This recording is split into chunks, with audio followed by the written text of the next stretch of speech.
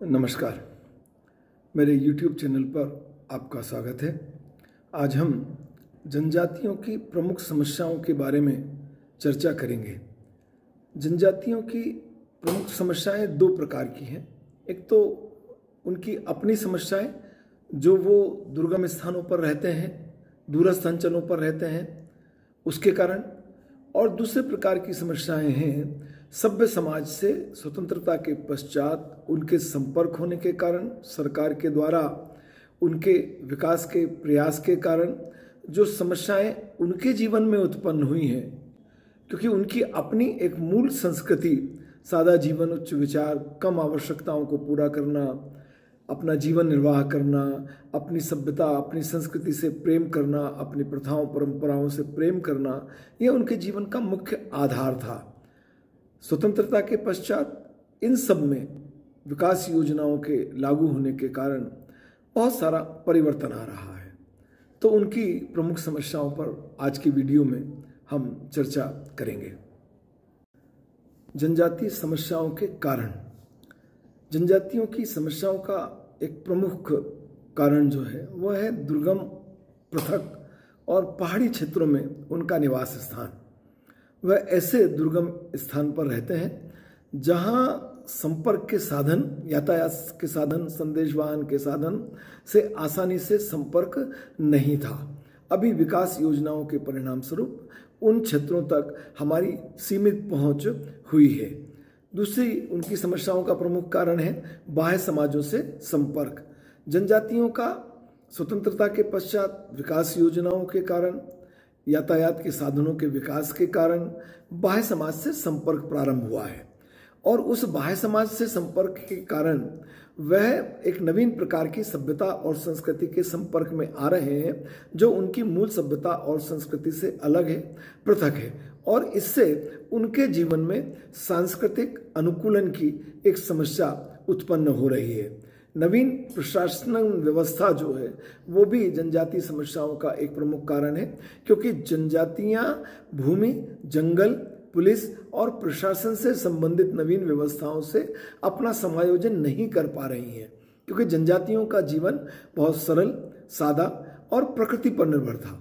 वे प्रकृति से ही अपने जीवन निर्वाह के संसाधनों को प्राप्त करते थे, परंतु अब नवीन प्रशासनिक व्यवस्थाओं के कारण वह प्राकृतिक संसाधनों से अपनी आवश्यकताओं की पूर्ति नहीं कर पा रहे हैं। यह भी उनकी समस्या का एक कारण है। जनजातीय क्षेत्रों में वन संपत्ति और खनिजों का बहुत प्रचुर मात्रा में होना भी उनके लिए एक समस्या का कारण बन गया है, क्योंकि उद्योगों के द्वारा, व्यापारियों के द्वारा, बाह्य संपर्क में आने वाले लोगों के द्वारा उनका शोषण किया जाता है। वन संपत्ति और जो उनके खनिज हैं, जो उनकी आवश्यकताओं को पूरा करने के संसाधन थे, जो बहुत पौष्टिक होते हैं, जिनकी बाजार में बहुत कीमत है, वह बहुत औने पौने दामों में जो व्यापारी हैं उनके द्वारा खरीद ली जाती है, और उसका एक नुकसान ये हो रहा है कि उनको पर्याप्त कीमत नहीं मिल रही है, और दूसरा वह स्वयं उनका जो सेवन करते थे उस पर रोक लग रही है, और इसके परिणाम स्वरूप उनको वो जो पौष्टिक आहार उनसे मिल जाता था प्रकृति से, वो नहीं मिल पा रहा है, और वो जो कम कीमत में खरीदते हैं वो बाजार में बहुत अधिक कीमत में बेचकर उससे लाभ प्राप्त कर लेते हैं। तो बाह्य जो लोग हैं उनके द्वारा भी जनजातीय समाज का शोषण किया जा रहा है, ये उनकी समस्या का एक कारण है। दूसरा है ईसाई मशीनरीज द्वारा धर्म परिवर्तन। ईसाई मशीनरीज जो हैं वो जनजातीय क्षेत्रों में बहुत काम कर रही हैं। कहने को वो सेवा का काम कर रही हैं, शिक्षा का काम कर रही हैं, परंतु वह उनकी इन सुविधाओं के साथ उनकी गरीबी और अज्ञानता का लाभ भी उठा रही हैं, और वे उन्हें आर्थिक प्रलोभन देकर धन परिवर्तन करा लेती हैं, और इसके परिणाम स्वरूप जनजातियों के जीवन में धार्मिक और सांस्कृतिक समस्याएं पैदा हो रही हैं। उनके अपने सांस्कृतिक समायोजन की समस्या पैदा हो रही है। यह उनके जीवन में समस्याओं का एक बहुत प्रमुख कारण है। जनजातियों की प्रमुख समस्याएं हैं एकाकी क्षेत्रों एवं दुर्गम स्थानों में निवास। जनजाति पहाड़ी क्षेत्रों में, जंगली क्षेत्रों में, जहां दलदली भूमि है, ऐसे क्षेत्रों में निवास करते हैं, और ऐसे क्षेत्रों में सड़क और यातायात के साधनों का अभाव तो नहीं कह सकते अब, पर अभी भी बहुत कमी है।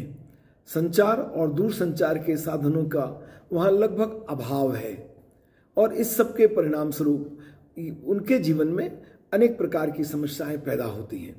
आर्थिक समस्या के अंतर्गत स्थानांतरित खेती से संबंधित समस्या। जनजातीय लोग खेती करते हैं बहुत छोटे छोटे टुकड़ों में, पेड़ को काटकर एक जगह कर रहे हैं फिर दूसरी जगह चले गए, ये स्थानांतरित खेती थी। नवीन प्रशासनिक व्यवस्था पर इस पर रोक लग गई है।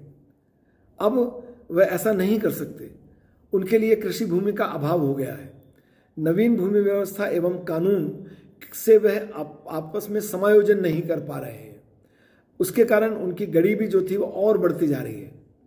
बिचौलिए उनको ऋण दे देते हैं, उससे उनकी ऋणग्रस्तता बढ़ रही है और उस ऋणग्रस्तता के कारण वह जो जंगली जीवन में पहाड़ी क्षेत्र में जो पाई जाने वाली प्रमुख फसलें हैं जो बहुत महंगी होती है, वह उनका शोषण करके मनमाने दाम पर उनसे खरीद लेते हैं।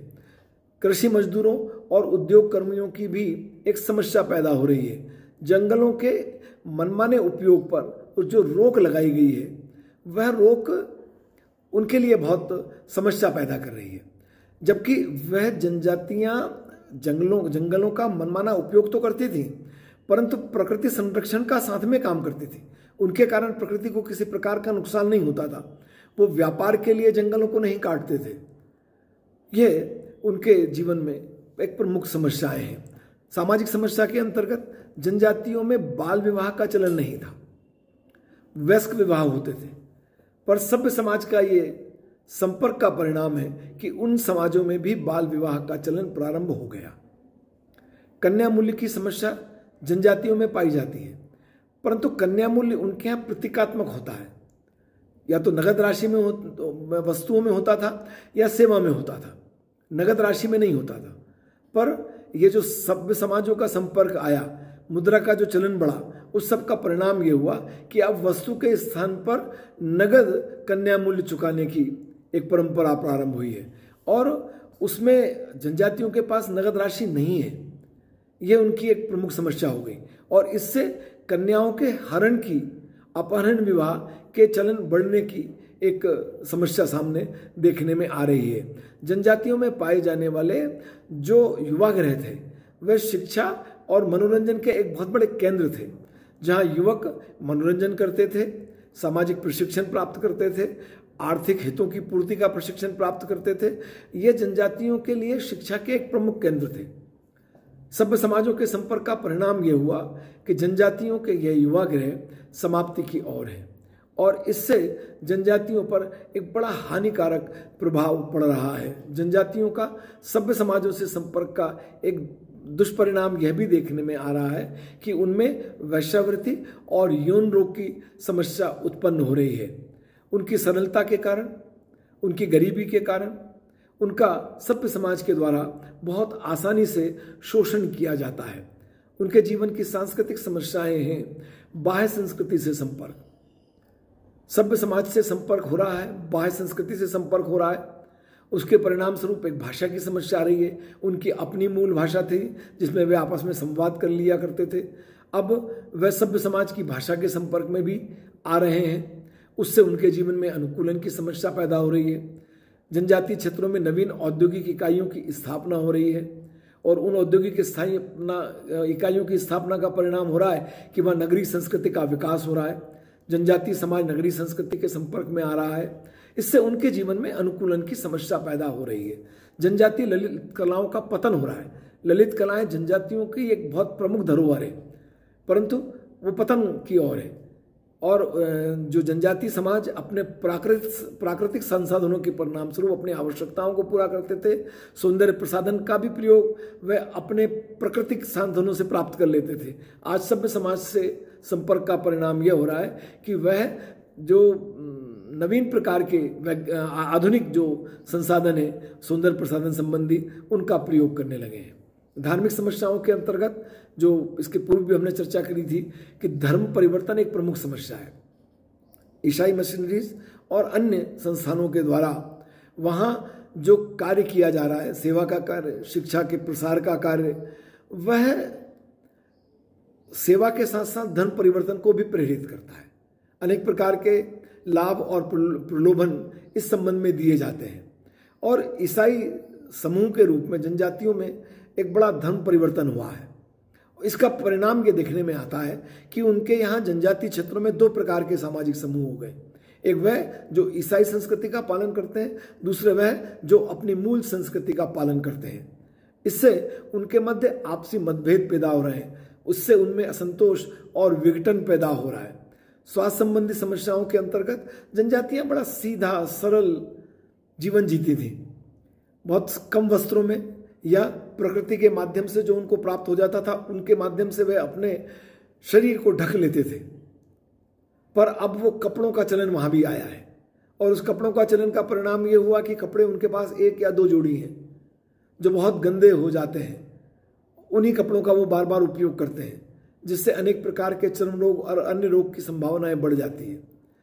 जनजातीय क्षेत्रों में चिकित्सा सुविधाएं नहीं है, वह स्वास्थ्य के नियमों से अपरिचित है और उनका पालन करना भी उनको अभी तक भी पसंद नहीं आता।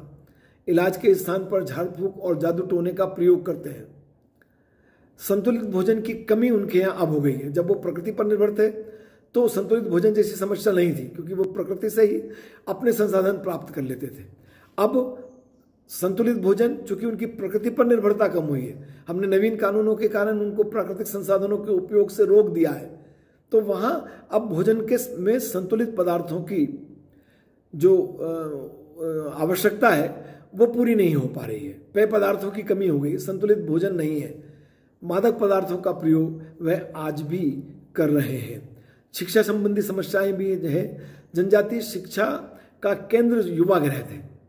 युवागृह लगभग अब समाप्ति की ओर है। हमारी यहाँ की नवीन शिक्षा व्यवस्था वहाँ हमने पहुँचाने का प्रयास किया है, पर उसके अभी सकारात्मक परिणाम नहीं आ रहे हैं जितने अपेक्षित थे। तो शिक्षा, अशिक्षा और अज्ञानता वहाँ आज भी पाई जाती है। उसके कारण वे अंधविश्वास का पालन करते हैं, कुरीतियों का पालन करते हैं, आधुनिक शिक्षा के प्रति उदासीन हैं। और वह लोग जो आधुनिक शिक्षा प्राप्त कर लिए हैं, वह अपने अब उस समाज के पास जाना पसंद नहीं करते। उस समाज को ऊंचा उठाने के लिए उनको शिक्षा की ओर प्रेरित नहीं करते, ऐसा देखने में आता है। शिक्षा के माध्यम से, हालांकि ईसाई मिशनरीज जो धर्म परिवर्तन का प्रयास कर रही हैं, उससे वहां शिक्षा का प्रतिशत तो बढ़ा है। आधुनिक शिक्षा से समस्या उत्पन्न हो रही है। वह लोग जो आधुनिक शिक्षा ग्रहण कर रहे हैं, वह अपनी मूल संस्कृति से घृणा करने लगे हैं, ऐसा कह सकते हैं, या वह उनको पसंद नहीं आ रही है।